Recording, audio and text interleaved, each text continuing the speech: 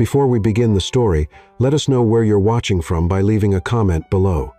If you enjoy this video, don't forget to like and subscribe. Have a wonderful day. Enjoy the story, everyone. Manhattan, New York.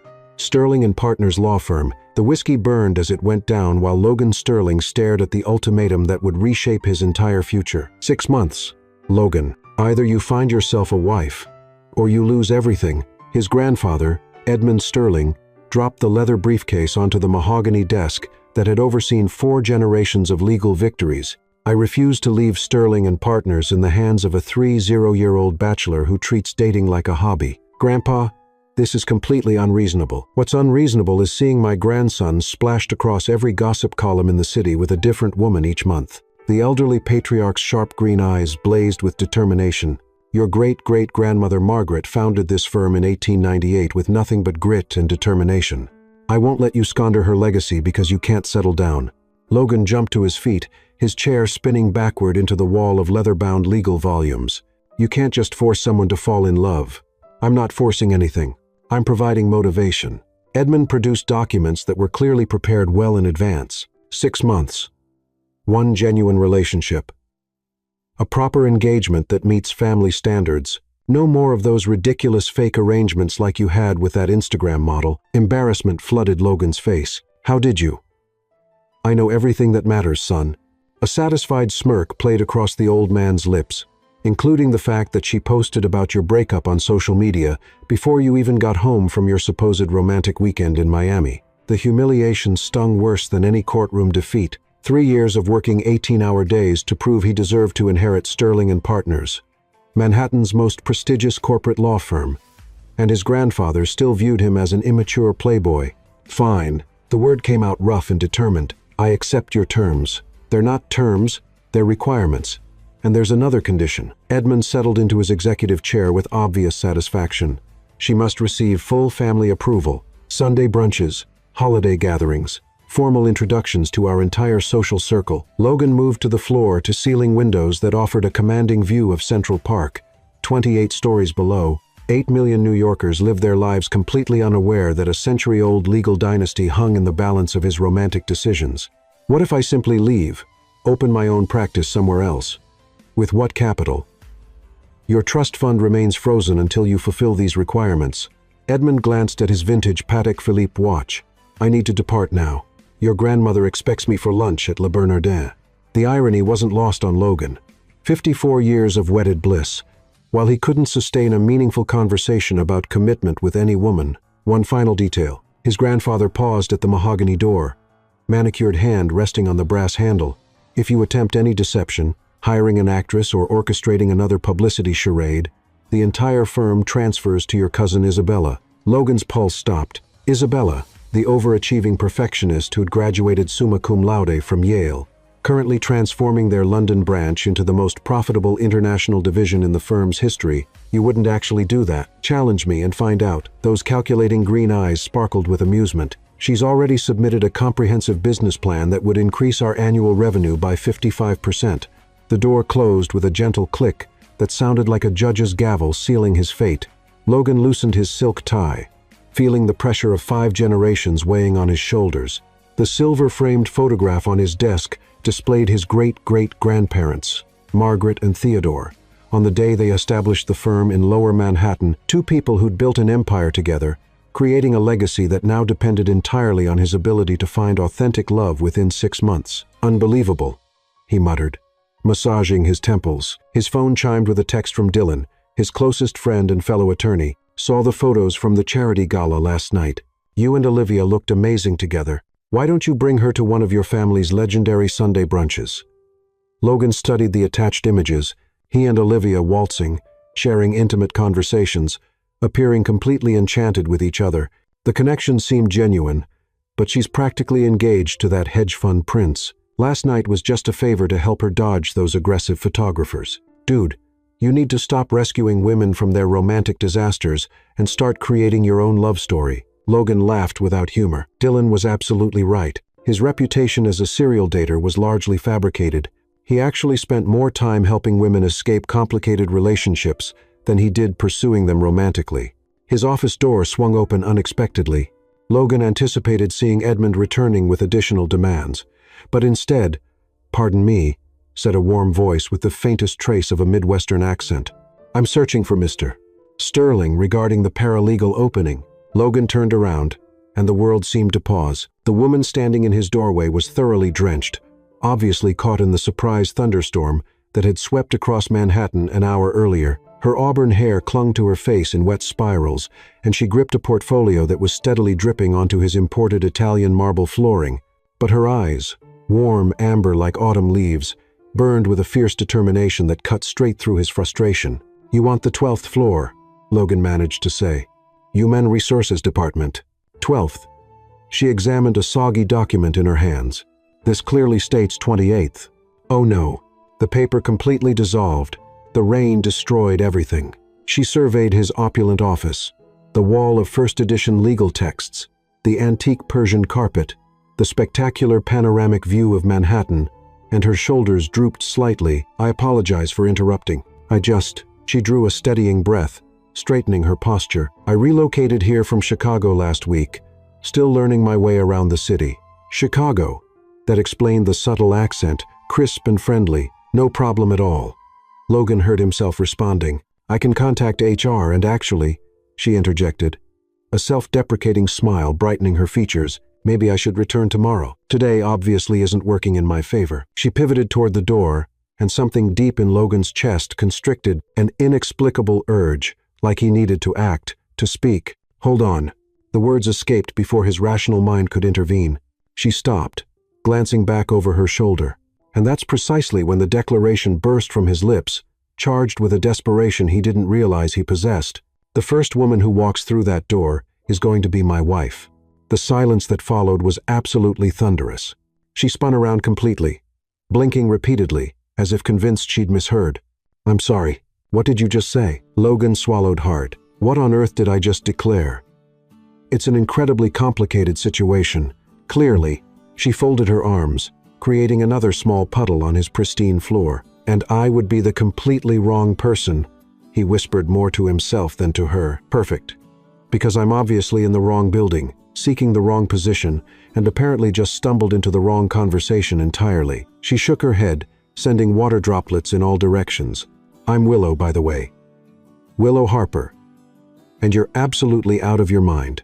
Despite the chaos of the moment, Logan found himself genuinely smiling, the first authentic smile he'd experienced all day. "Logan Sterling. And yes, quite possibly, Willow arched one perfectly shaped eyebrow. "You just announced our marriage without even learning my name." "Technically, I didn't propose marriage. I simply declared you would become my wife. There's a nuanced but significant legal difference." "Ah, a legal technicality." She nodded with exaggerated seriousness. "That definitely improves everything." The dry sarcasm in her voice should have served as a warning, but instead Logan felt liberated. Finally, someone was addressing him like a regular person, not the Sterling heir apparent. "Listen," he said, stepping closer to her, "I realize this will sound completely irrational, but would you be willing to hear the entire story? I can at least provide you with a towel and some excellent coffee."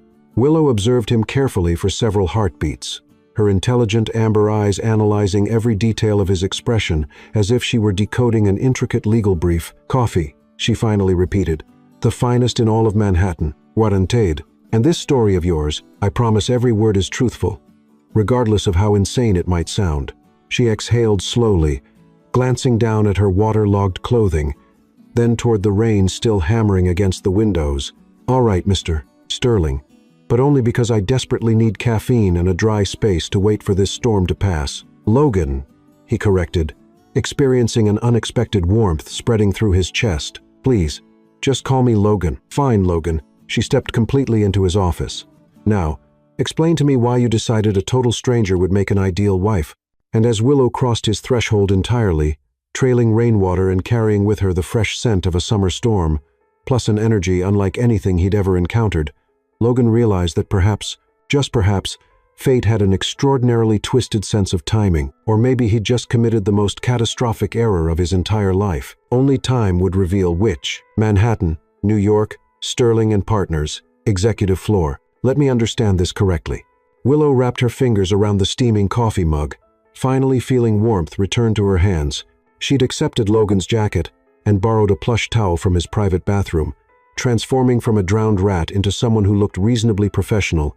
Your grandfather is essentially blackmailing you into marriage. Within 6 months, Logan confirmed, leaning against his desk with his arms crossed. Without his suit jacket, his white dress shirt revealed broader shoulders than she'd initially noticed. To someone who passes rigorous family inspection, and you thought the brilliant solution was to declare matrimony with a random stranger who stumbled into your office. I didn't declare matrimony, right? You made an announcement, much more sophisticated. Willow took a sip of coffee and had to admit it was exceptional, rich, smooth, probably cost more per pound than her weekly grocery budget. So, what's your actual strategy here, Logan? Because I'm assuming you didn't genuinely expect me to swoon and accept your bizarre non-proposal. Logan began pacing behind his desk, running his hand through his thick, dark hair in a way that was annoyingly attractive. Honestly, I have absolutely no idea. When those words came out of my mouth, I was thinking about my great-great-grandmother, Margaret. She used to tell this story about knowing my great-great-grandfather, Theodore, was her destiny. The instant he walked into her father's bookshop. Romantic, Willow said dryly. But I hate to shatter your illusions. I wandered into your office hunting for employment, not a husband. About that position, Logan stopped pacing and looked at her directly. The job you applied for is actually in my department, corporate law. We've been desperately seeking someone with Midwestern business experience, particularly someone who understands both small-town values and big-city operations. Willow's eyebrows shot up. Are you serious? Completely. Your resume landed on my desk 2 days ago. Willow Harper graduated magna cum laude from Northwestern, specialized in corporate compliance. Worked for Henderson and Associates in Chicago for 4 years before he paused, consulting his mental notes. Personal circumstances brought you to New York. The coffee mug trembled slightly in Willow's hands. You memorized my file? It's part of my job, though. I have to say, your cover letter was refreshingly candid. Most applicants don't admit they're escaping something. I never said I was escaping anything. You wrote that you were seeking a completely fresh beginning in a new environment, far from previous complications.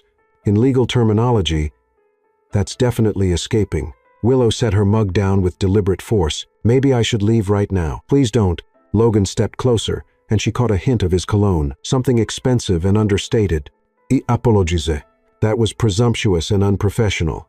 Your personal motivations are absolutely none of my business. No, they're not. But she remained seated, studying his expression. Beneath the polished exterior and designer suit, there was something genuinely vulnerable in his dark eyes. Why did you really say what you said? And don't give me some fairy tale about your ancestors. Logan was silent for several moments, gazing out at the storm clouds rolling across Manhattan's skyline. When he finally spoke, his voice carried an unexpected depth. Because I'm exhausted from being what everyone expects me to be. The irresponsible heir, the commitment-phobic playboy, the guy who can't take anything seriously. He looked back at her. When you walked through that door, soaked and determined and completely unimpressed by all this, he gestured around his luxurious office. You looked at me like I was just a regular person, not a sterling legacy. Just Logan. You are just a regular person, Willow said softly. Try convincing my family of that. Or the tabloids. Or every woman I've dated who saw my trust fund before they saw me. The raw honesty in his voice surprised her. She'd anticipated arrogance from someone in his position, heir to a legal empire, undoubtedly accustomed to getting whatever he desired. But this felt authentic. So, what exactly are you asking me? She said carefully. Logan's expression sharpened. What do you mean? I mean, I can practically see the gears turning in your head. You're formulating some kind of plan. So, what is it? A slow, almost mischievous smile spread across his face. Has anyone ever mentioned that you're extremely perceptive? Occupational necessity? Paralegals learn to read people in situations quickly. Exactly. Logan resumed pacing, his energy suddenly focused and intense. All right, this is going to sound completely insane. More insane than announcing our impending marriage? Potentially. He stopped directly in front of her. What if we could help each other solve our respective problems? I'm listening. You need employment. I need a fiancé. What if you accepted the paralegal position in my department and played the role for 6 months? Willow stared at him. You're actually serious. Completely serious. Think about it logically. It would resolve both our dilemmas. You'd get an excellent job, Willow. Outstanding salary, comprehensive benefits, opportunity to work on major international cases that could launch your career to the next level. And I'd satisfy my grandfather's requirements without having to navigate the nightmare of genuine dating right now. And after 6 months, we have a perfectly amicable separation. You'd have 6 months of prestigious experience at Manhattan's top corporate law firm on your resume. I'd have my inheritance secured and complete control over my own romantic future. Willow leaned back in her chair, processing the proposal. You're talking about an elaborate deception involving your entire family. I'm talking about a mutually beneficial business arrangement with clear parameters and defined outcomes. Your grandfather isn't stupid, Logan. Neither is the rest of your family. You think they won't see through a fake relationship? Who says it has to look fake? Logan sat on the edge of his desk, closer to her now. We're both intelligent, articulate people. We obviously have natural chemistry. Otherwise, you would have walked out of here the moment I made that ridiculous declaration. Natural chemistry? Willow raised an eyebrow, though she couldn't deny the flutter in her stomach when he smiled like that. You're still here, aren't you? She was quiet for a moment, turning the idea over in her mind. It was absolutely crazy. It was also tempting. The job alone would solve her immediate financial problems and give her the career boost she desperately needed after the disaster in Chicago. And Logan, despite his privileged background, seemed genuinely decent, troubled maybe, but not malicious. What would be the specific expectations? She asked slowly. Logan's eyes lit up. He could sense her wavering. Nothing inappropriate, I promise. We'd need to spend time together, attend family functions, maybe a few public appearances, but completely professional, separate living arrangements, clear boundaries, full respect for your comfort level with everything. And if I wanted to end the arrangement early, you could leave any time, no questions asked. I'd provide excellent references and even help you find another position if needed. Willow studied his face, searching for any sign of deception or hidden agenda. What she saw instead was hope mixed with desperation. A man who genuinely believed this crazy plan might actually work. There's something you're not telling me, she said finally. What happened in your last relationship? The real story. Not whatever the gossip columns printed. Logan's expression darkened. Her name was Natalia. We dated for 8 months. The longest relationship I'd ever had. I thought maybe she was different. That she actually cared about me. Not just the sterling name and fortune, but she wasn't. I found out she was feeding information to reporters the entire time. Every private conversation. Every family gathering. Every vulnerable moment. She was documenting all of it for a tell-all book deal. His jaw tightened. The worst part was that I'd actually started falling for her. Started thinking about a real future together. I'm sorry, Willow said quietly. That must have been devastating. It was educational, Logan replied, but she could hear the hurt underneath the casual tone. It taught me that in my world, it's almost impossible to know someone's true intentions, but with you, there's no pretense, no hidden agenda. Just an honest business arrangement between two people who need something from each other. Willow was quiet for several minutes, weighing the pros and cons. It was risky, potentially disastrous if they were discovered, but it was also an incredible opportunity, and she desperately needed a break after everything that had happened in Chicago. I have conditions, she said. Finally, Logan straightened, trying to contain his excitement. Name them. First, I want the job offer in writing with a standard employment contract that's completely separate from this other arrangement. If the fake engagement falls apart, my employment isn't affected. Done. Second, we establish clear rules and boundaries from the beginning.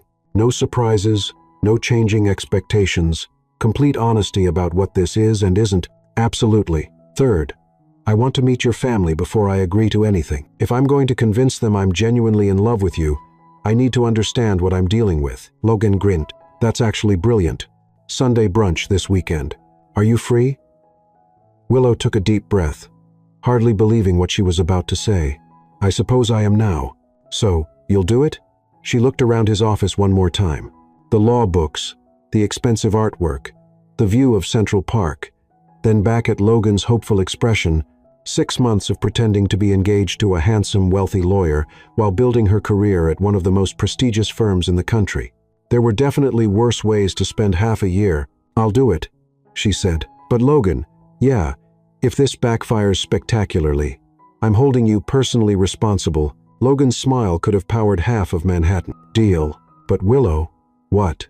I have a feeling this might be the best decision either of us has ever made. As Willow shook his offered hand, sealing their unusual agreement, she couldn't help but wonder if Logan might actually be right, or if she'd just agreed to the most elaborate mistake of her entire life. Only time would tell. But as she looked into his dark eyes, still sparkling with relief and excitement, she realized she was actually looking forward to finding out. Upper East Side, New York, the Sterling family estate. Willow stood outside the imposing limestone mansion on East 78th Street, clutching a bottle of wine that probably cost less than the doormat she was standing on. The Sterling family estate rose 4 stories above her, its Georgian architecture screaming old money and established power. Ivy climbed the walls in perfectly manicured patterns, and the brass fixtures gleamed like they were polished daily. "You can do this," she whispered to herself. Checking her reflection in the gleaming black door, she'd spent 3 hours shopping for the perfect outfit. Professional, but not stuffy.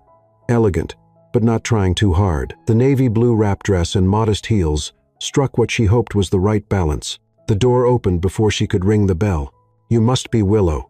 The woman standing before her was stunning in that effortless way that money could buy. Perfectly highlighted blonde hair, flawless makeup, and a smile that didn't quite reach her Arctic blue eyes. "I'm Isabella Sterling, Logan's cousin.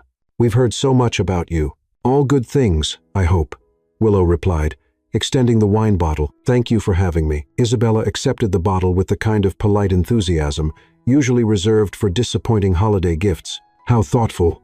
Please come in." The family is gathered in the conservatory.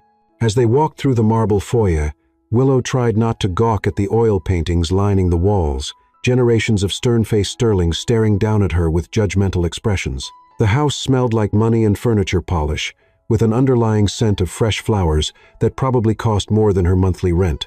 "So," Isabella said, her heels clicking against the polished marble, "Logan tells us you're from Chicago. How quaint. I spent a summer there during law school. Charming in its own way, I suppose." The subtle condescension in her tone was unmistakable. Willow had encountered plenty of Isabella types in her career, people who wielded their privilege like a weapon, making others feel small with perfectly polite cruelty. "Chicago has its charms," Willow agreed mildly, "though I'm finding New York quite exciting. So many opportunities." "Yes. Logan mentioned you're working at the firm now. In what capacity exactly?" Before Willow could answer, they entered a stunning glass-walled room filled with exotic plants and antique furniture. The conservatory overlooked a private garden that belonged in a magazine spread, complete with a fountain and perfectly pruned topiary. "Willow." Logan appeared at her side instantly, and she felt her tension ease slightly. He looked different in casual clothes, dark jeans, and a navy sweater that made his eyes look almost black. More approachable, less intimidating. "I was starting to worry you'd changed your mind." "Just fashionably late," she said. Accepting his brief kiss on the cheek, the gesture felt surprisingly natural, and she caught a hint of his cologne that made her stomach flutter unexpectedly. "Everyone, I'd like you to meet Willow Harper," Logan announced, his hand settling possessively on the small of her back. "Willow, this is my family." The introductions began in a blur of names and faces. Edmund Sterling dominated the room even while seated, tall, silver-haired, with sharp green eyes that missed nothing.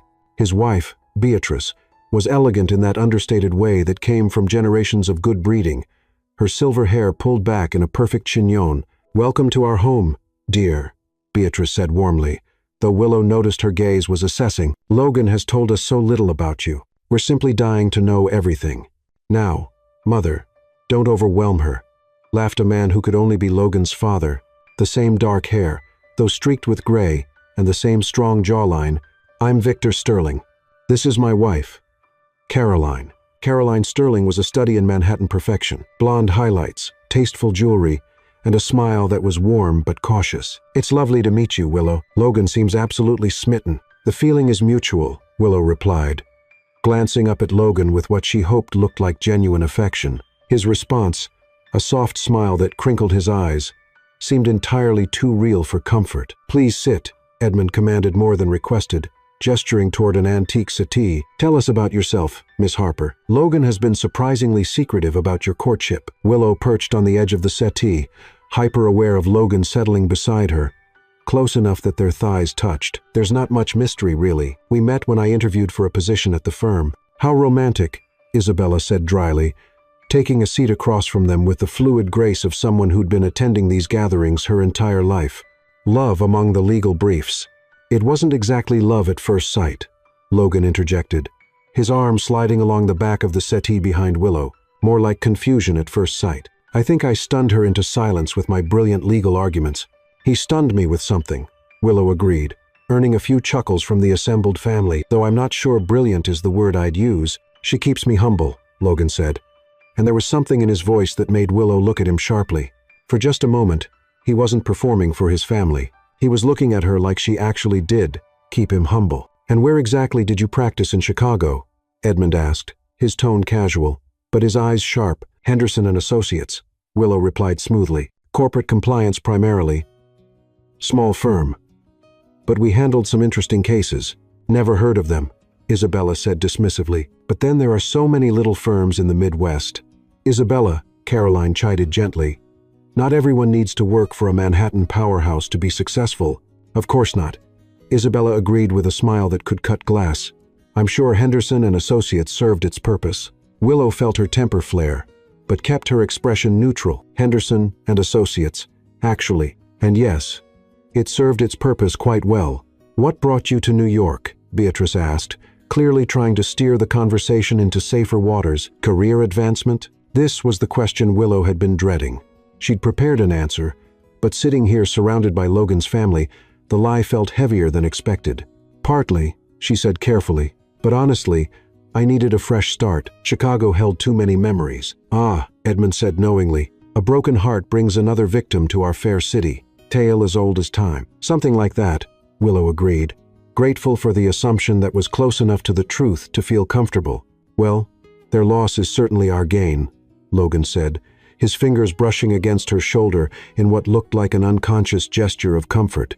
I can't imagine what Chicago was thinking, letting this one get away. The way he said it, warm and protective, made something flutter dangerously in Willow's chest. This was supposed to be an act, but Logan's defense of her felt entirely too real. So tell us, Beatrice said with the kind of smile that meant business. How serious are things between you two?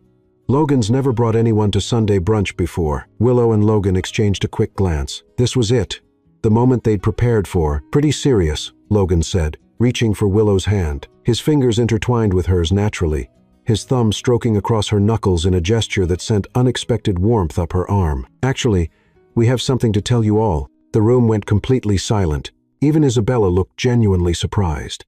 We're engaged, Willow said, managing to infuse her voice with just the right amount of joy and nervousness. The explosion of reactions was immediate and overwhelming. Beatrice gasped and pressed her hands to her chest. Caroline squealed and jumped up to embrace them both. Victor grinned and clapped Logan on the shoulder. Even Edmund looked pleased, though he tried to hide it behind his usual stern expression. Only Isabella remained seated, her expression unreadable. Engaged, Beatrice exclaimed, tears already forming in her eyes. Oh my goodness, when did this happen? Do you have a ring? When's the wedding? There's so much to plan. Mother, breathe. Logan laughed, though Willow could feel the tension in his hand where it gripped hers. It just happened last night. Actually last night. Caroline looked confused. But where's the ring? Willow's heart stopped. They hadn't thought about a ring. How could they have overlooked something so obvious? It's being sized, Logan said smoothly, and Willow marveled at his quick thinking. I wanted it to be perfect, so it's at the jeweler until Tuesday. Smart man, Victor approved.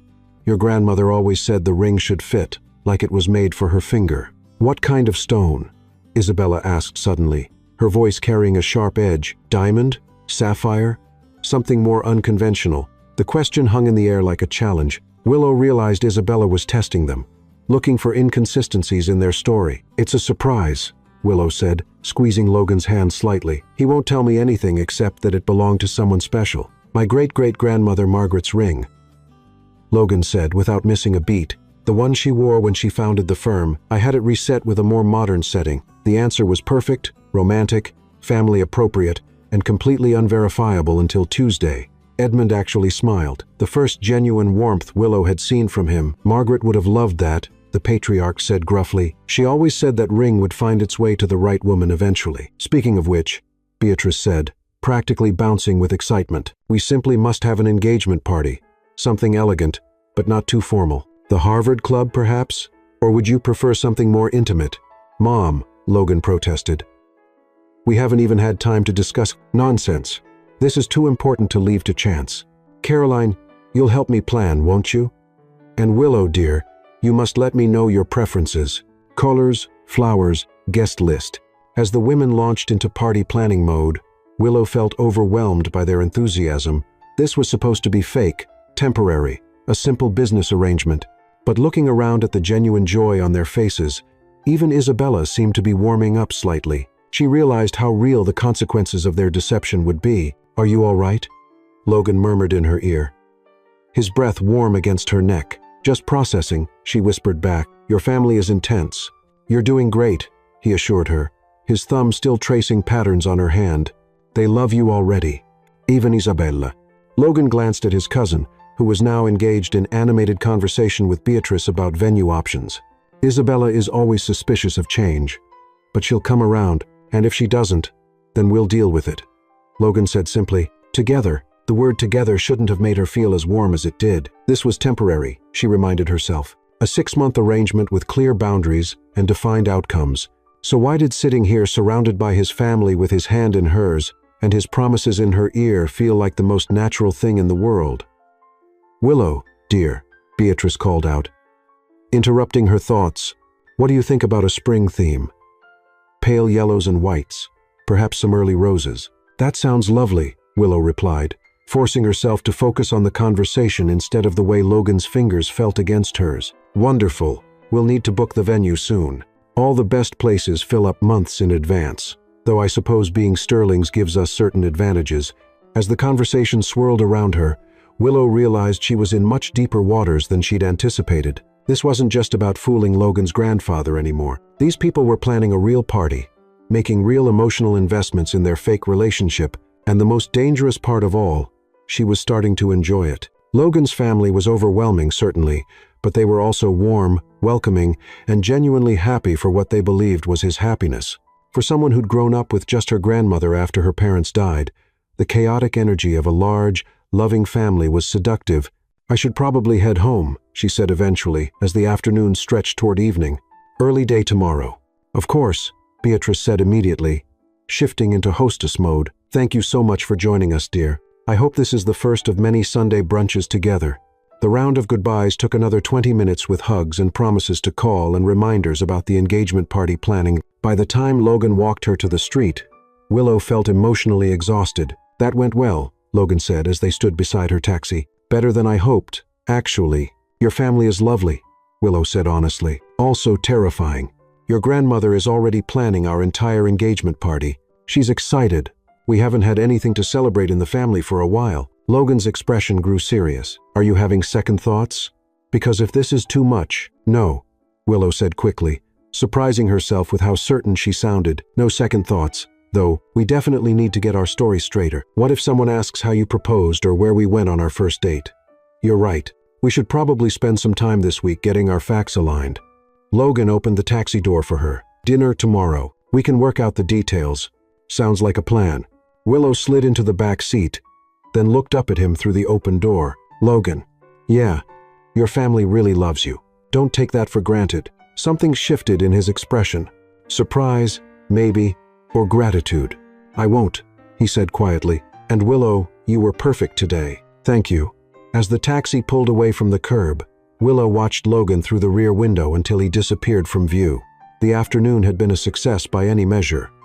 But it had also been a wake-up call. She was playing with real people's emotions, real family dynamics, real consequences. And somewhere in the middle of all that performance and pretending, she'd started to forget it was supposed to be fake. The most dangerous part wasn't that Logan's family might discover their deception. The most dangerous part was that she was starting to wish it wasn't a deception at all. And that was a complication she definitely hadn't signed up for. Soho, New York. Vesper Restaurant.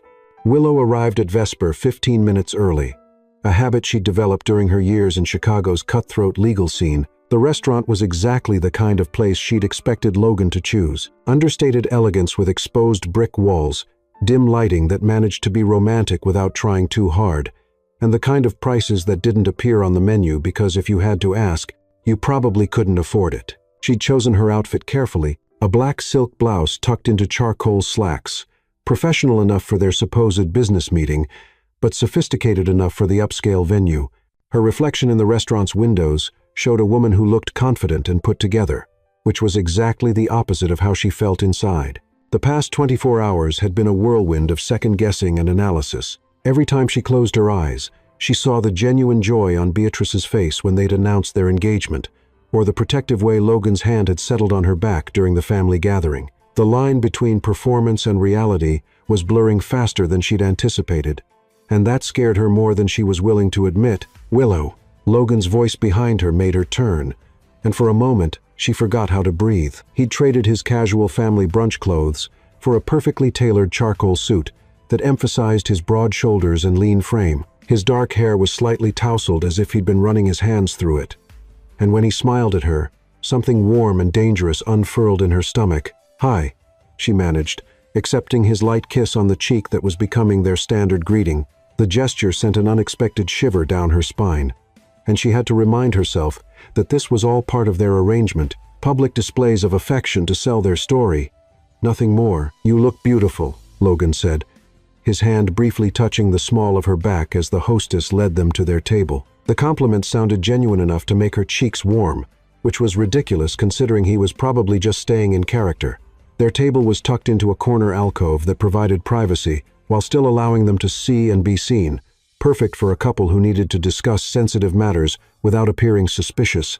Logan held her chair, another gesture that felt more natural than practiced, and Willow found herself wondering if he was this attentive with all the women he dated, or if this was part of his performance for her benefit. "So," Logan said once they'd ordered wine and appetizers, "how are you feeling about yesterday? Any regrets about diving into the deep end of Sterling family dynamics?" Willow took a sip of the wine, a ridiculously expensive Bordeaux that probably cost more than her weekly salary, and considered her answer carefully. "Your family is overwhelming, but in a good way. I can see why you'd want to protect them from disappointment. Even Isabella." Logan's mouth quirked up in amusement. "I noticed she wasn't exactly rolling out the welcome mat." "Isabella is protecting something she loves," Willow replied diplomatically. "I can respect that, even if it makes my life more complicated." Logan leaned back in his chair, studying her with those dark eyes that seemed to see more than she was comfortable revealing. "You're being very diplomatic. Most people would have stronger opinions about someone who spent the afternoon taking subtle shots at them." "I've dealt with worse," Willow said, then immediately regretted the admission. She wasn't supposed to reveal too much about her past, even to Logan. "Want to talk about it?" Logan asked gently. "The real reason you left Chicago?" The question hung between them like a challenge. Willow had prepared a vague story about wanting a change of scenery, but something in Logan's expression, genuine concern mixed with curiosity, made her hesitate. How much truth could she afford to share with someone who was supposed to be a temporary business partner? "It's complicated," she said finally. "Let's just say I learned some hard lessons about trusting the wrong people and leave it at that." Logan nodded slowly, and she could see him filing away the information for future reference. "Fair enough. We all have things we'd rather not discuss, like your ex-fiancé who was writing a tell-all book," Willow countered, then immediately felt bad for the deflection. "Sorry, that was unnecessarily harsh." "No, you're right to bring it up," Logan said, surprising her. "If we're going to make this work, we need to understand each other's baggage. Natalia taught me that even when you think someone loves you for yourself, there's always the possibility they're seeing dollar signs instead of the person." "Is that why you chose me?" Willow asked quietly. "Because I don't know enough about your world to have ulterior motives." Logan was quiet for a long moment, swirling the wine in his glass as he considered his answer. "Partly," he admitted, "but also because when you looked at me in my office that day, you weren't impressed by the expensive furniture or the view of Central Park. You were annoyed that I'd made a ridiculous declaration without even knowing your name. You treated me like I was just some guy who'd said something stupid, not the sterling heir who could potentially advance your career. You are just some guy who said something stupid," Willow pointed out, earning a genuine laugh from Logan that transformed his whole face. "Exactly, and that's incredibly rare in my world." Their appetizers arrived, some kind of artisanal flatbread that probably had a story involving organic ingredients and traditional preparation methods. And they spent a few minutes eating in comfortable silence. Willow found herself watching Logan's hands as he ate, noting the long fingers and the absence of any rings. Those hands had been surprisingly gentle when they touched hers during the family brunch. and she wondered if the calluses on his palms were from some kind of sport or hobby that didn't fit his privileged background. "So," she said, forcing herself to focus on business, "we need to get our story straight before your grandmother starts interviewing us separately about wedding plans." "Good point," Logan agreed, pulling out his phone to take notes. "Let's start with the basics. How long have we been dating?" 2 months, Willow suggested, long enough for it to feel serious, but short enough to explain why your family hadn't met me before. "Perfect. And our first date was dinner," Willow said automatically, then paused. "Actually, let's make it something more specific, something we could both describe in detail if someone asks." Logan thought for a moment. The high line. Evening walk, then dinner at a place in the meatpacking district. Which place? Gansevoort Market. Casual, good food, the kind of place where you can actually have a conversation without shouting over the music. Willow made mental notes, impressed by how easily Logan was building their fictional history. "And you asked me out how?" "Coffee," Logan said with a slight smile. "You came to my office for work-related meetings. Perfectly legitimate. And I kept finding excuses to bring you coffee. Finally worked up the courage to ask if you'd like to continue the conversation outside the office." The scenario was so believable that Willow found herself almost wishing it had happened that way. "And I said yes because despite your better judgment, you found me charming." "Charming?" Willow raised an eyebrow. "That's a strong word." "Fine, mildly entertaining." "Better?" Willow took another sip of wine, feeling some of her earlier tension ease. This was easier than she'd expected. Logan had a natural storytelling ability that made their fictional relationship feel plausible. "So, we had dinner, and then what?" "Then I walked you home like a gentleman and didn't try to kiss you on the first date, which impressed you enough to agree to a second date. Very presumptuous of you to assume I was impressed. Were you not impressed by my restraint?" Logan's eyes sparkled with humor, and Willow realized he was flirting with her, actually flirting, not just building their cover story. "I was impressed by your survival instincts," Willow replied dryly. "I would have needed you in a very uncomfortable place if you'd tried anything on the first date." Logan laughed again, that warm, genuine sound that was becoming dangerously familiar. "Good to know. I'll keep that in mind for future reference." Future reference. The words hung in the air between them, loaded with implications that neither of them addressed directly. "Second date," Willow prompted, trying to steer the conversation back to safer territory. "Museum. The Met specifically. You mentioned loving art history, and I wanted to impress you with my sophisticated cultural knowledge. Do you actually know anything about art history?" "Not a thing," Logan admitted cheerfully, "but I'm very good at reading plaques and pretending to have deep thoughts about brushstrokes." "So, you're admitting you'd lie to impress me?" "I'd educate myself to impress me," Logan corrected. "There's a difference."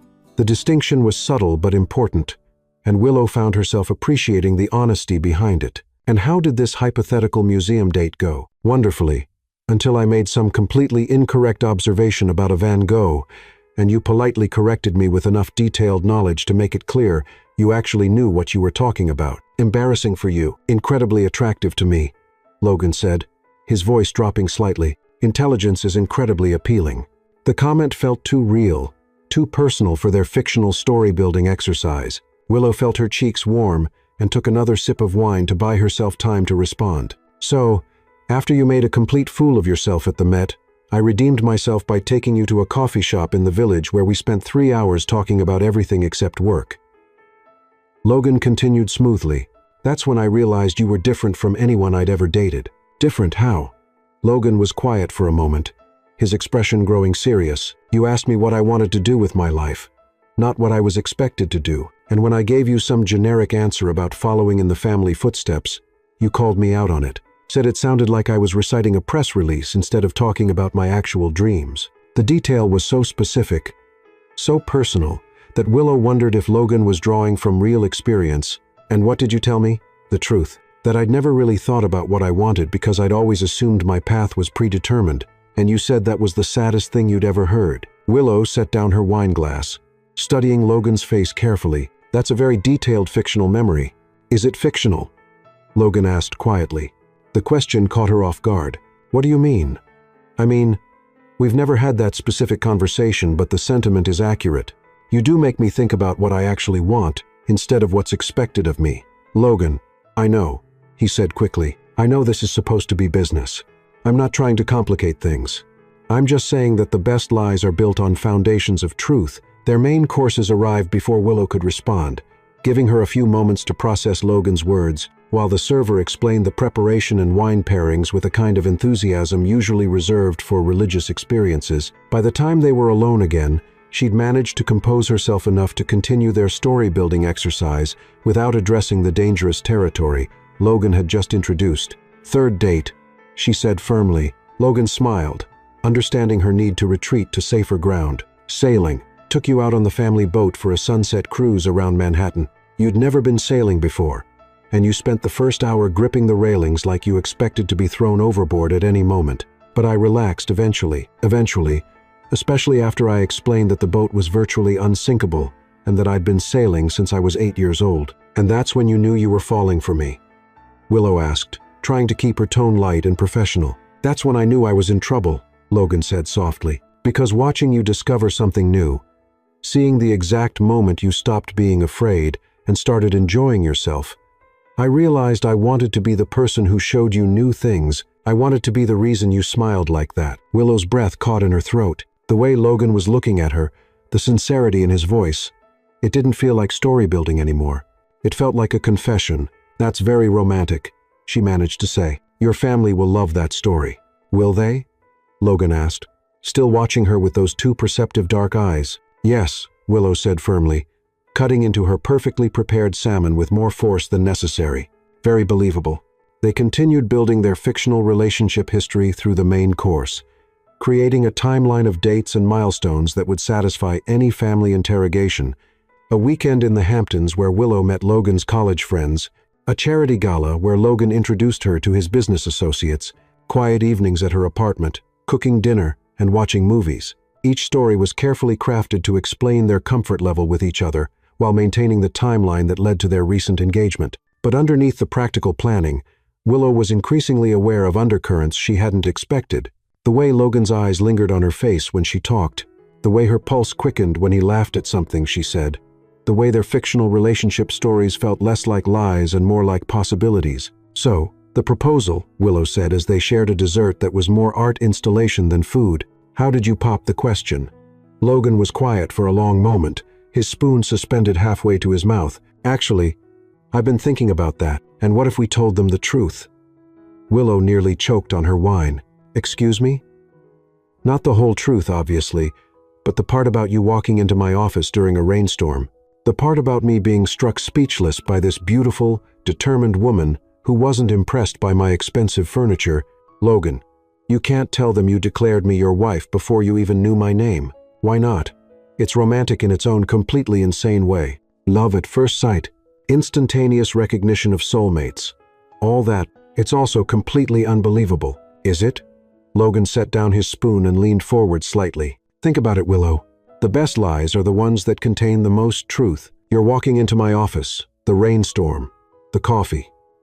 The immediate connection we felt, all of that actually happened. The connection we felt," Willow repeated weakly. "You can't deny there was something," Logan said quietly. "Otherwise, you would have walked out the moment I made that ridiculous declaration. But you stayed, you listened, you agreed to this crazy plan." Willow felt like she was standing at the edge of a cliff looking down at dangerous waters. "I stayed because I needed the job." "Did you?" Logan's voice was gentle but persistent. "Because based on your qualifications, you could have found work anywhere. You didn't need to agree to fake an engagement with a stranger." "Logan." She didn't know how to finish the sentence, didn't know how to explain that he was right without admitting things she wasn't ready to acknowledge. "I'm not trying to pressure you," Logan said, reaching across the table to cover her hand with his. The touch sent electricity up her arm, making her hyper-aware of everywhere their skin connected. "I'm just saying that maybe this doesn't have to be entirely fake. Maybe we can see where it goes naturally without the pressure of expectations or timelines." Willow looked down at their joined hands, his so much larger than hers, warm and solid and surprisingly comforting. This was exactly what she'd been afraid of, exactly why she'd tried to keep their arrangement purely professional. But sitting here in the intimate lighting of the restaurant, with Logan's thumb tracing gentle circles on her knuckles, she found herself wavering. "This is complicated," she whispered. "The best things usually are," Logan replied. "What happens when your 6 months are up and you have your inheritance secured? What happens when you don't need a fiancé anymore?" Logan was quiet for so long that Willow looked up to find him watching her with an expression she couldn't quite read. "What if by then I don't want to let you go?" The words hung between them like a bridge she wasn't sure she was brave enough to cross. Everything about this situation was risky. Professionally, personally, emotionally. She'd come to New York specifically to avoid complications like this, to rebuild her life on her own terms without depending on anyone else. But looking at Logan, seeing the vulnerability beneath his confident exterior, she realized she might already be in deeper than she'd intended. "I think," she said carefully, "we should focus on getting through the next 6 months before we worry about what comes after." Logan nodded, though she could see disappointment flicker across his features. "You're probably right. One day at a time. One day at a time," she agreed, but even as she said the words, Willow knew she was lying to herself. Because somewhere between his ridiculous declaration in his office and this moment in the restaurant, Logan Sterling had stopped being just a temporary solution to her problems. He was becoming something much more dangerous, someone she could actually fall for, and that was a complication that could destroy everything she'd worked so hard to build. The check arrived with impeccable timing, allowing them to retreat from the emotional intensity of the conversation. Logan insisted on paying, of course, and Willow didn't protest. She was too busy trying to process everything that had just happened, everything that had shifted between them over the course of a single dinner. Outside the restaurant, Manhattan pulsed with its usual evening energy, taxis honking, people hurrying towards subway entrances, the distant sound of music spilling from bars and clubs.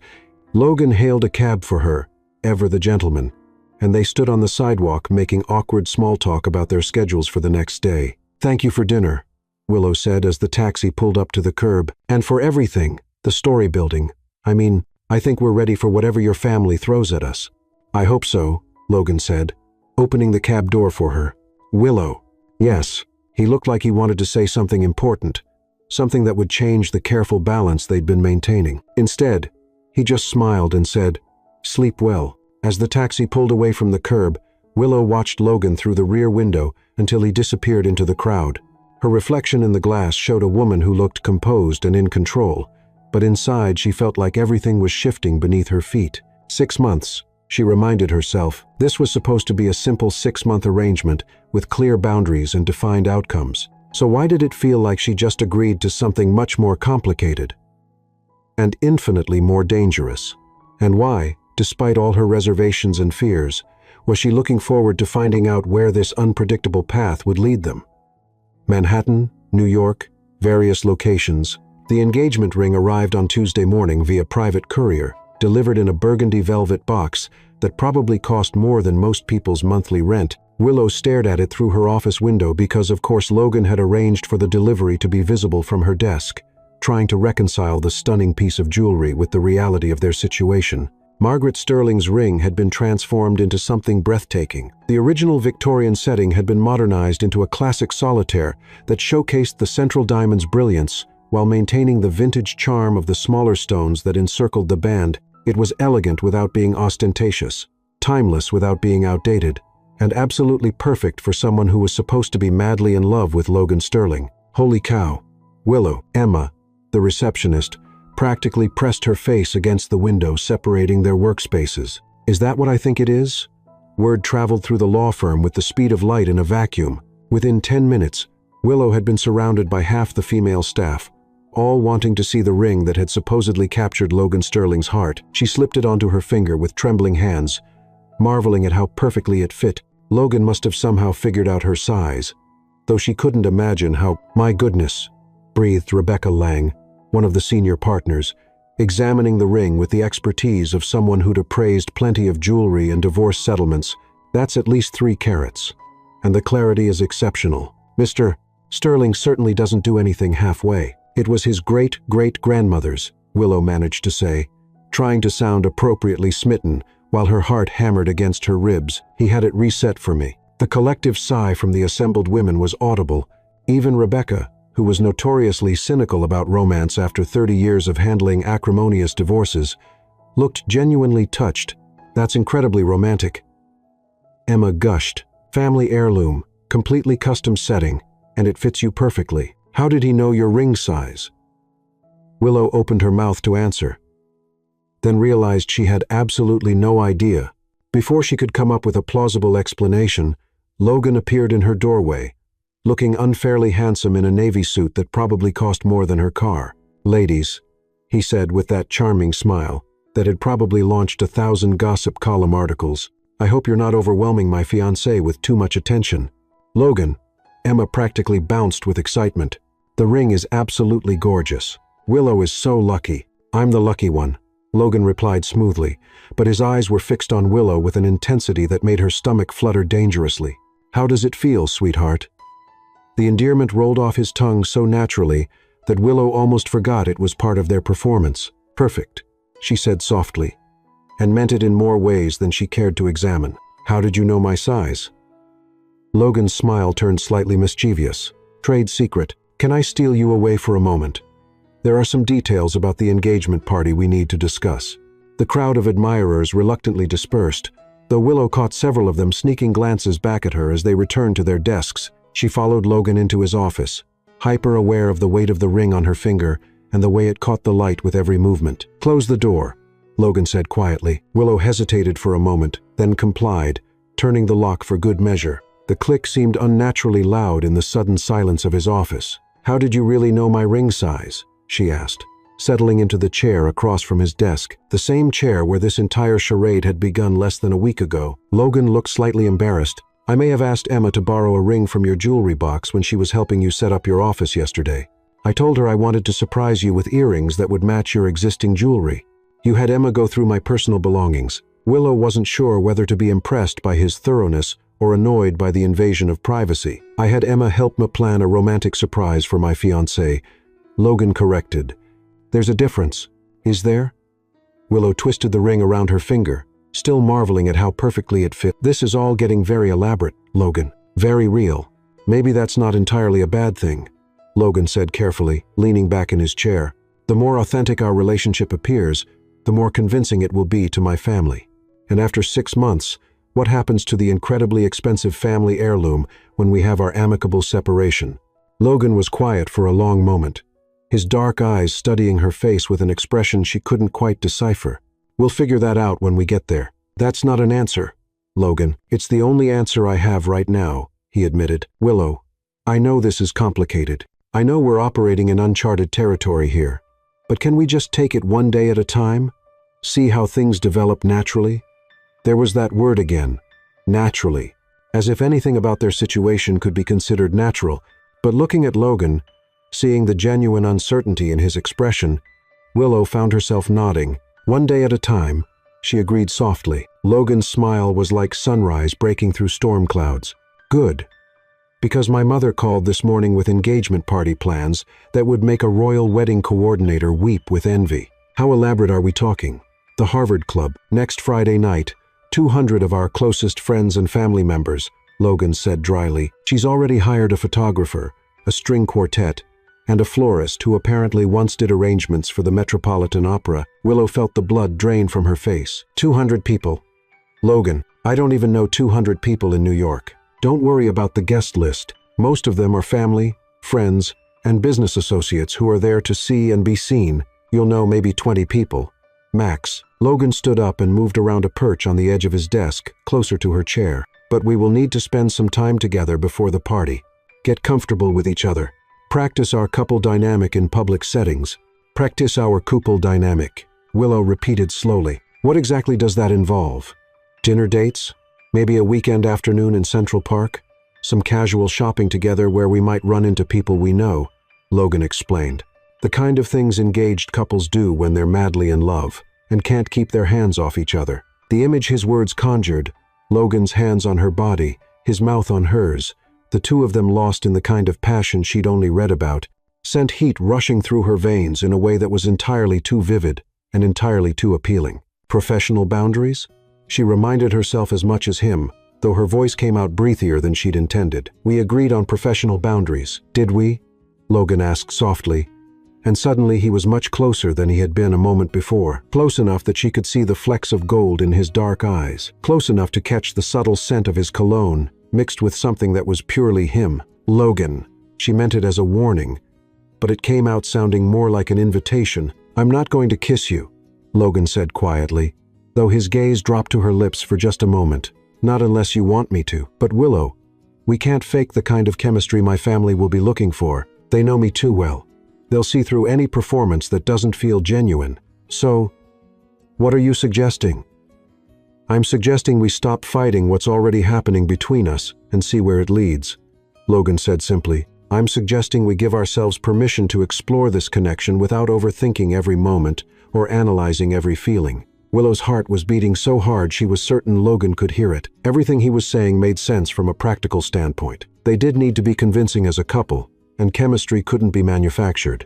But the practical reasons were getting tangled up with personal desires she'd been trying very hard to ignore. "What if it gets complicated?" she whispered. "What if it gets wonderful?" Logan countered. Before Willow could respond, her phone buzzed with a text message. The interruption broke the spell that had been building between them, and she fumbled for her phone with hands that weren't entirely steady. The message was from an unknown Chicago number, but she recognized it immediately. Her blood turned to ice as she read the words that made her carefully constructed new life feel suddenly fragile. "Found your new address. We need to talk. Ethan." "Willow." Logan's voice seemed to come from very far away. "What's wrong? You look like you've seen a ghost." Willow stared at the phone screen, her mind racing. Ethan had found her. Somehow, despite all her precautions, despite changing her phone number and using her grandmother's maiden name on her lease application, he'd tracked her down. "I need to go." "What?" "Willow, wait." But she was already standing, grabbing her purse and heading for the door with the kind of desperate urgency that came from pure panic. Logan caught her arm gently but firmly before she could reach the handle. "Talk to me," he said quietly. "Whatever just happened, whatever that message said, we can figure it out together." "There is no together, Logan," Willow said more harshly than she'd intended. "This is fake, remember? A business arrangement? You don't need to solve my problems." Logan's expression shifted from concern to something that looked almost hurt. "Maybe the arrangement started as fake, but what's happening between us right now feels pretty real to me." "Well, it's not," Willow lied, hating herself for the way his face changed. "And I need to go." She pulled free from his gentle grip and fled his office, ignoring the curious stares from her colleagues as she grabbed her coat and headed for the elevators. She needed air, space, time to think about what Ethan's reappearance meant for her carefully constructed new life. The elevator seemed to take forever, and when the doors finally opened on the ground floor, she practically ran through the lobby and onto the busy Manhattan sidewalk. The October air was crisp and sharp, cutting through her panic just enough to let her breathe again. Her phone buzzed again. Another message from Ethan's number. "Don't ignore me, Willow. I know about your new job, your new life. We have unfinished business." Willow's hands were shaking as she typed back. "Leave me alone. I have nothing to say to you." The response came immediately. "That's not your decision to make. We need to discuss what happened in Chicago, what you took from me," as if exposing his embezzlement and illegal business practices had been theft instead of justice. As if protecting herself and other innocent people from his schemes had been some kind of betrayal instead of basic human decency. Willow found herself walking without any particular destination, letting the rhythm of the city carry her along while she tried to figure out how to handle Ethan's reappearance. She'd been so careful when she left Chicago, so thorough in covering her tracks, but Ethan had always been resourceful, especially when it came to getting what he wanted. Her phone rang, and for a heart-stopping moment, she thought it might be Ethan calling, but Logan's name appeared on the screen, and after a moment's hesitation, she answered. "Willow." His voice was warm with relief. "Thank goodness. Are you all right? Where are you?"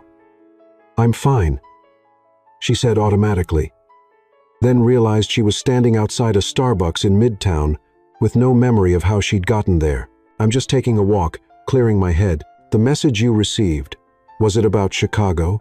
About whatever made you leave?" Willow closed her eyes, leaning against a brick wall and letting the city noise wash over her. Logan's concern was genuine. She could hear it in his voice, and part of her desperately wanted to tell him everything. But their arrangement was supposed to be temporary, professional, uncomplicated. Adding her baggage from Chicago would change everything. "It's not your problem," she said quietly. "Maybe not," Logan agreed, "but maybe I want it to be." The simple honesty in his words nearly undid her completely. "Logan, I know you don't owe me any explanations," Logan continued. "I know our arrangement doesn't include solving each other's personal problems, but Willow, I care about what happens to you. Not because of the engagement or the inheritance or any of that. I care because you're important to me." Willow felt tears prick her eyes. Surprising herself with the emotion, when was the last time anyone had said she was important to them? When was the last time she'd felt like she mattered to someone beyond what she could do for them? "I worked for someone in Chicago," she said, before she could second-guess herself. "Someone who turned out to be involved in some very illegal activities. When I discovered what he was doing and tried to report it, things got complicated." "Complicated how?" Willow took a shaky breath.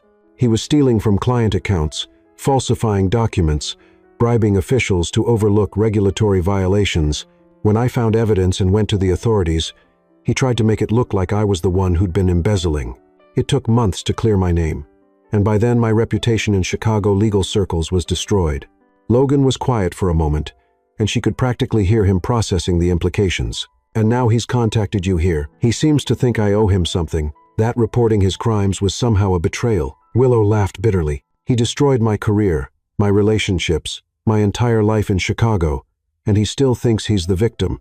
"Willow, listen to me very carefully," Logan said, his voice taking on a sharp, authoritative edge that reminded her he was one of Manhattan's most successful corporate lawyers. "This person cannot hurt you here. You're under the protection of Sterling and Partners now, and we have resources he can't even imagine. If he's threatening you or attempting any kind of harassment, I will personally make sure he regrets it." The fierce protectiveness in Logan's voice sent warmth flooding through her chest. She'd been handling Ethan's manipulation and threats alone for so long that having someone offer to stand with her felt almost surreal. "You don't understand what you're offering to take on," she said softly. "Ethan Caldwell is connected, wealthy, and completely ruthless. He's not going to be intimidated by lawyers or threats." "Then it's a good thing I'm not just any lawyer," Logan replied smoothly. "And it's an even better thing that you're not alone anymore." "Logan, this could affect your inheritance, your family, everything we're trying to accomplish." "I don't care," Logan interrupted firmly. "Some things are more important than money or family approval, or any of this other nonsense. Your safety is more important.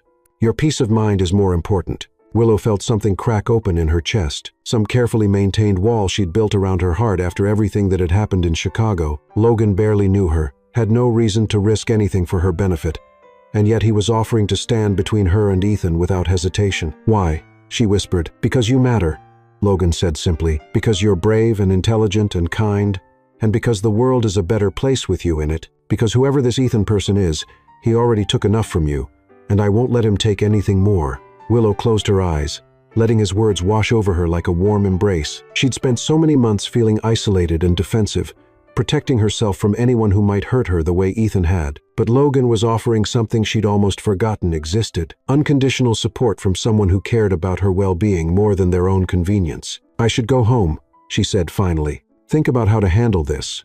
"Not alone," Logan said immediately. "Let me come with you. Or better yet, let me take you somewhere, Ethan. Can't find you while we figure out our next steps." "Logan, you don't need to." "Yes, I do," Logan interrupted gently. "Not because of our arrangement or our fake engagement or anything related to my family. Because you're important to me, Willow. Because I'm starting to care about you in ways that have nothing to do with business or convenience or any of the practical reasons we started this." The admission hung between them like a bridge, and Willow realized she was standing at another crossroads. She could retreat into her carefully maintained independence, handle Ethan's threats the same way she'd handled everything else since Chicago, alone. Or she could accept Logan's offer of support and see what it felt like to trust someone again. "Where did you have in mind?" she asked quietly. She could hear Logan smile through the phone. "My apartment. It's secure, private, and Ethan, whatever his name is, will never be able to find it or gain access. We can order dinner, make a plan, and you can get a good night's sleep without worrying about unwanted surprises." "Your apartment?" Willow's pulse quickened at the implications. "Logan, I'm not sure that's a good idea. The boundaries we talked about are still completely in effect." Logan assured her quickly. "I have a guest room with a lock on the door, and I give you my word that nothing will happen that you don't want to happen. This is about your safety and peace of mind. Nothing else." Willow found herself nodding, even though he couldn't see her. "Okay. Yes. Thank you. Stay where you are. I'll pick you up in 10 minutes. How do you know where I am?" "Because I know you, Willow Harper," Logan said warmly. "When you need to think, you walk, and when you need comfort, you gravitate toward coffee shops. I'm betting you're somewhere in Midtown, probably within 3 blocks of a Starbucks." Willow looked up at the green and white sign directly above her head and couldn't help smiling despite everything. "You're very observant. It's part of my charm," Logan said lightly. 10 minutes, okay? Don't go anywhere." After he hung up, Willow found herself staring at the engagement ring on her finger, watching the way it caught the afternoon sunlight. When Logan had first suggested that their fake relationship might develop into something real, she'd been terrified of the complications that would bring. But now, with Ethan's threats looming over her carefully rebuilt life, she was beginning to understand that maybe some complications were worth the risk. Maybe trusting Logan, letting him help her, allowing their relationship to develop beyond their original business arrangement wasn't the dangerous mistake she'd thought it would be. Maybe it was exactly what she needed. Logan's sleek black sedan pulled up to the curb exactly 10 minutes later, and Willow slid into the passenger seat with a sense of relief that surprised her with its intensity. Logan looked at her carefully, his dark eyes searching her face for signs of distress. "Better?" he asked quietly. "Getting there," Willow replied honestly. As they drove through Manhattan traffic toward Logan's Upper East Side apartment, Willow found herself studying his profile: strong jaw, straight nose, dark hair that always looked like he'd been running his hands through it. But more than his physical attractiveness, there was something solid and dependable about Logan that she was only beginning to appreciate. He'd offered to help her without knowing the details of her situation, without calculating what it might cost him personally. When was the last time someone had done that for her? "Thank you," she said quietly as they stopped at a red light. Logan glanced over at her, his expression gentle. "For what? For caring? For offering to help? For not asking questions I'm not ready to answer? You don't need to thank me for basic human decency," Logan replied, "though I have to admit, my motivations aren't entirely altruistic." "No." Logan's smile was slightly self-deprecating. "I've gotten used to having you around, Willow Harper. I'm not ready to let Ethan, whatever his name is, scare you away from New York before I've had a chance to see where this leads."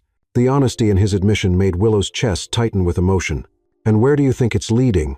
"I have no idea," Logan said as the light turned green, "but I'm looking forward to finding out." As they drove through the city streets, Willow felt some of the tension that had been coiled in her shoulders since receiving Ethan's message begin to ease. She still didn't know how to handle his reappearance in her life. Still wasn't sure what his endgame was or how far he was willing to go to get whatever he wanted from her. But for the first time since leaving Chicago, she wasn't facing those questions alone. And maybe, she thought as she watched Logan navigate the traffic with confident ease, that would make all the difference. Logan's apartment building was exactly what she'd expected. A pre-war high-rise on East 72nd Street, with a doorman who knew Logan by name and a lobby that looked like it belonged in a luxury hotel. The elevator ride to the 23rd floor was smooth and silent, giving Willow time to process the reality of what she'd agreed to. She was going to spend the night in Logan Sterling's apartment. The man she was engaged to, the man she was increasingly attracted to, the man who just offered to protect her from threats he didn't fully understand.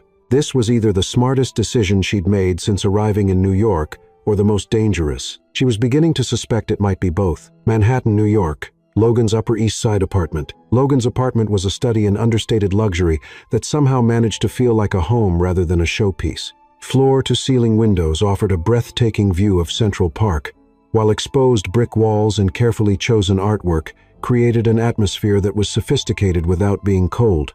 The space felt distinctly masculine, but welcoming, with deep leather furniture arranged around a fireplace that probably wasn't just for show. "This is beautiful," Willow said softly, setting her purse down on a side table that looked like it might be a genuine antique. She'd expected something more ostentatious, more obviously expensive, but Logan's apartment felt lived in and comfortable in a way that surprised her. "Thank you. I actually decorated it myself, which scandalized my mother," Logan replied, hanging their coats in a closet near the entrance. "She kept insisting I needed a professional interior designer, someone who understood proper Manhattan style. But I wanted it to feel like me, not like a magazine spread."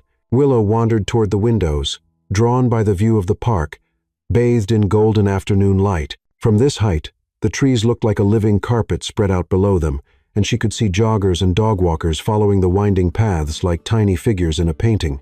"It does feel like you," she said, then immediately wondered if that was appropriate to say. How well did she really know Logan beyond their carefully constructed professional relationship and the growing attraction that was becoming harder to ignore? "Good," Logan said, and she could hear the smile in his voice. "That was the goal. Can I get you something to drink?" Coffee. Wine. Something stronger. It's been a stressful afternoon. Willow turned back to find Logan watching her with an expression that made her pulse quicken. There was concern there, certainly, but also something warmer, more personal. The way he was looking at her made her hyper-aware of the fact that they were alone in his private space, surrounded by the intimate details of his life.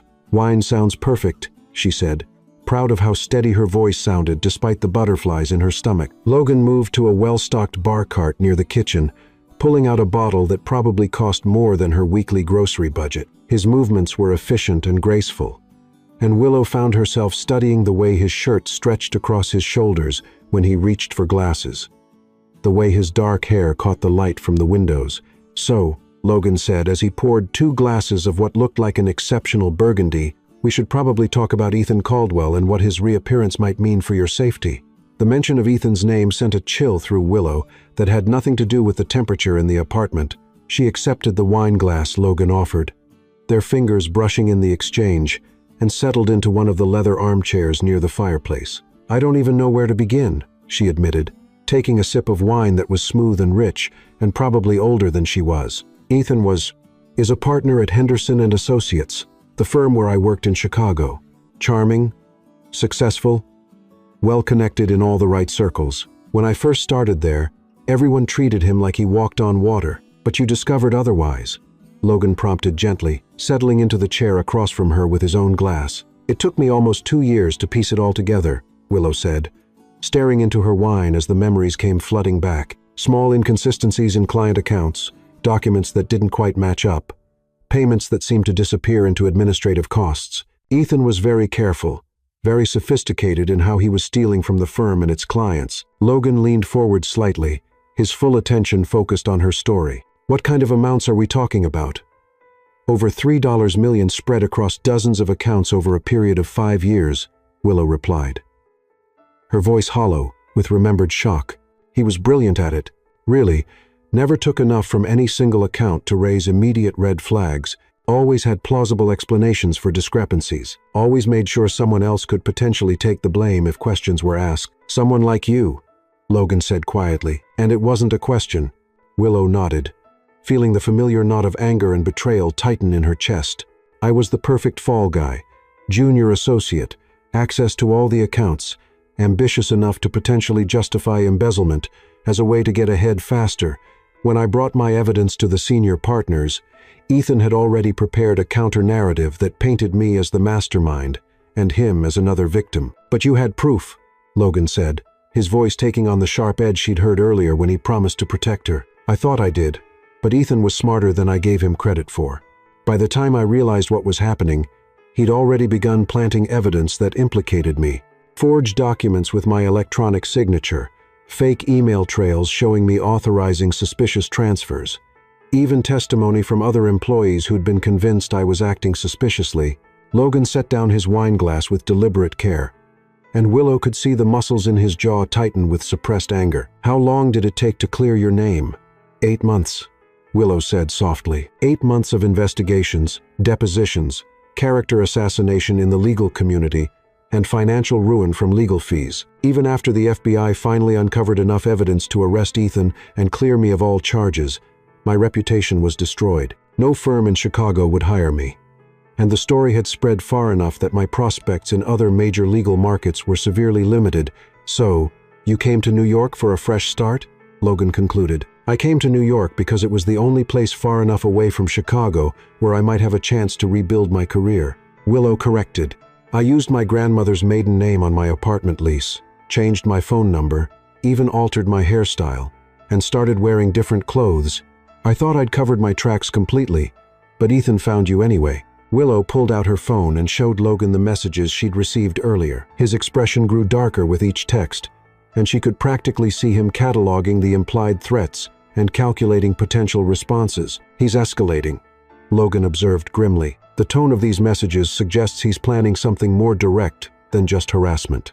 "That's what I'm afraid of," Willow admitted. "Ethan doesn't handle losing well, and his arrest and conviction cost him everything. His partnership, his reputation, his freedom. He spent 18 months in federal prison, and I'm sure he spent every day planning his revenge against the people he blames for his downfall, which would be you." primarily, which would be me specifically. Willow agreed. In Ethan's mind, I'm the reason his life fell apart, not his own greed or criminal behavior, but my decision to report what I'd discovered instead of keeping quiet and letting him continue stealing. Logan was quiet for a long moment, swirling the wine in his glass while he processed everything she'd told him. When he finally looked up, his dark eyes were blazing with a protective fury that made Willow's breath catch in her throat. "He's not going to hurt you," Logan said with quiet certainty. "Whatever he's planning, whatever he thinks he's going to accomplish by threatening you, it's not going to happen." "Logan, you don't understand what you're up against," Willow protested. "Ethan is intelligent, connected, and completely ruthless. He has nothing left to lose and everything to gain by making my life miserable. Getting involved in this situation could destroy everything you've worked for, everything your family has built." "Stop," Logan interrupted firmly, standing up and moving to her chair. He knelt beside it, taking her hands in his larger ones, the engagement ring catching the light between their joined fingers. "Listen to me, Willow. I don't care about Ethan's connections or his resources or whatever revenge fantasies he's been nurturing in prison. I care about you. I care about your safety and your happiness and your peace of mind. But your inheritance will mean nothing if something happens to you," Logan said fiercely. "Don't you understand? Somewhere in the past week, this stopped being about my grandfather's ultimatum or securing my position at the firm. This became about you, about us, about whatever this is that's been building between us since the moment you walked into my office." Willow stared into Logan's eyes, seeing the sincerity there, the genuine care and concern that had nothing to do with their original business arrangement. When was the last time someone had looked at her like that? When was the last time someone had been willing to risk their own interests for her well-being? "Logan," she began, but he shook his head. "I know this is complicated. I know we started this as a fake engagement, a mutually beneficial arrangement that was supposed to solve our respective problems without any emotional entanglements," Logan said, his thumb stroking gently across her knuckles, "but somewhere along the way, it stopped being fake for me. My feelings for you are real, Willow. The way I want to protect you, the way I think about you when you're not around, the way my heart speeds up every time you smile at me. None of that is performance or pretense. This is dangerous territory," Willow whispered, though she made no move to pull her hands away from his. "I know," Logan agreed softly, "but maybe some risks are worth taking." Before Willow could respond, her phone buzzed with another message. Both of them tensed automatically, and Logan's grip on her hands tightened protectively. "It's just Emma from the office," Willow said after checking the screen, relief evident in her voice. "She's asking about engagement party details." "Right. The party." Logan released her hands and stood up, running his fingers through his hair in the gesture she'd come to recognize as his way of processing stress. "We probably should discuss that, shouldn't we? Make sure we're prepared for tomorrow night." Tomorrow night, Willow had almost forgotten about the elaborate engagement party Beatrice had planned. The 200 guests who would be there to celebrate her fake relationship with Logan. The thought of smiling and playing the happy bride-to-be while Ethan's threats loomed over her life felt surreal and overwhelming. "Maybe we should postpone it," she suggested, "until this situation with Ethan is resolved." "Absolutely not," Logan said immediately. Postponing the party would raise questions we're not prepared to answer. And more importantly, it would let Ethan control your life. He's already stolen enough from you, Willow. I won't let him take this too. But what if he shows up? What if he causes a scene? Logan's smile was sharp and predatory, in a way that reminded Willow he was one of Manhattan's most successful attorneys. Then he'll discover what happens when someone threatens a member of the Sterling family. Security will be tight, guest lists will be carefully monitored, and Ethan Caldwell will find himself very unwelcome if he tries to crash our party. The possessive way Logan said, "our party," sent warmth flooding through Willow's chest. When had she stopped thinking of their engagement as purely fictional? When had the idea of being genuinely connected to Logan started feeling not just appealing, but necessary? "Besides," Logan continued, settling back into his chair with renewed energy, "the party will be perfect cover for us to make some strategic moves regarding Ethan's threats. Half the legal community will be there, including several federal prosecutors who worked on his original case.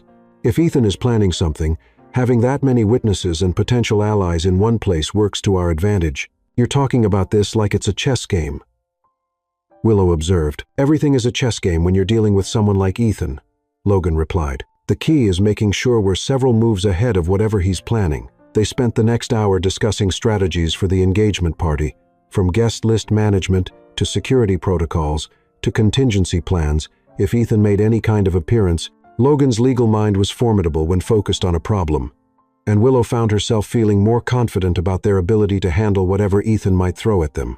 As evening approached, Logan ordered dinner from what was obviously a favorite restaurant, Italian food that arrived via private delivery and tasted like it had been prepared by someone's Italian grandmother.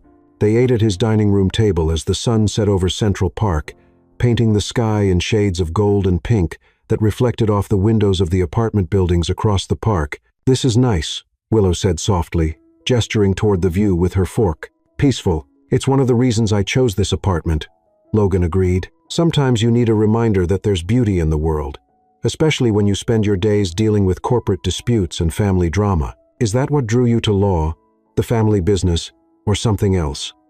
Logan was quiet for a moment, considering his answer. "Honestly, I never really considered doing anything else. From the time I was old enough to understand what the family firm represented, it was always assumed I'd follow in the footsteps. Law school, junior associate position, gradual rise through the ranks, until I eventually took over from my grandfather. But is it what you want?"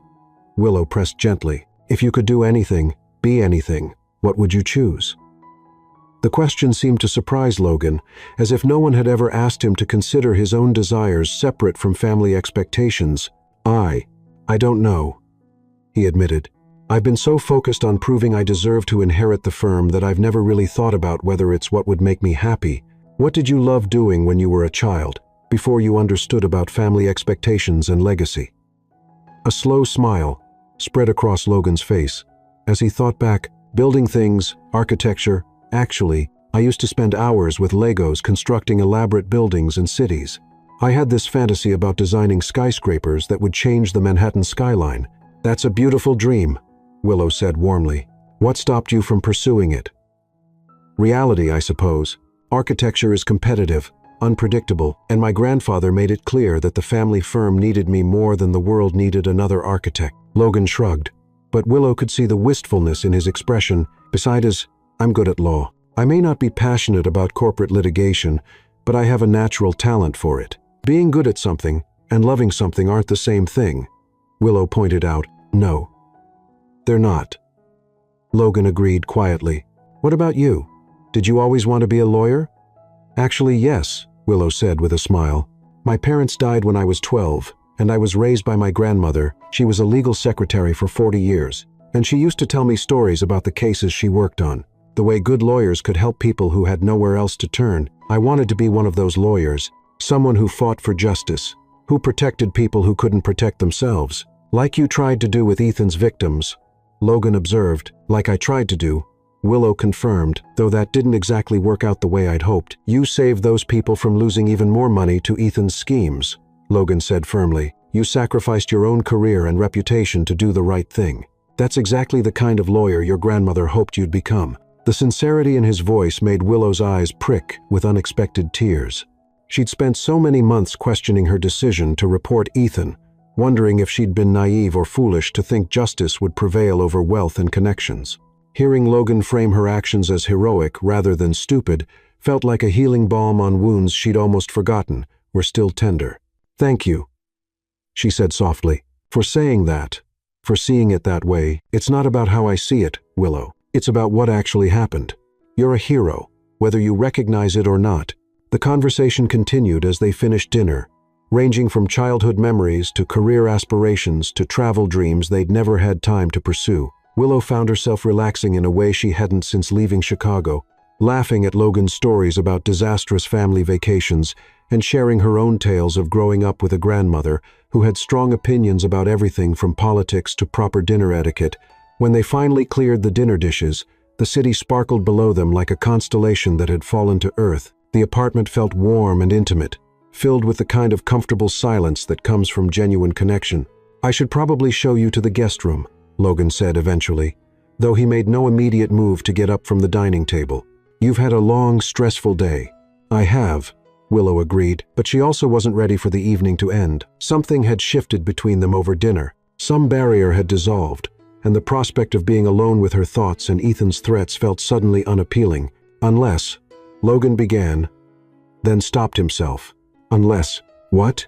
Unless you'd rather stay up for a while longer, we could watch a movie, or just talk, or whatever you need to feel safe and comfortable.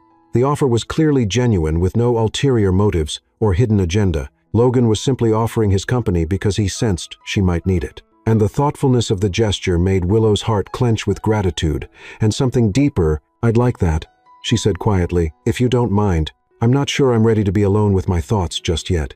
Logan's smile was warm and understanding. "Of course, what sounds appealing? Movie, music, conversation, or we could just sit and enjoy the view." "Conversation," Willow said without hesitation. "I feel like I've learned more about you in the past few hours than I knew after a week of working together." "That's because we've stopped performing for each other," Logan observed. Moving to the living room area and settling onto the leather sofa.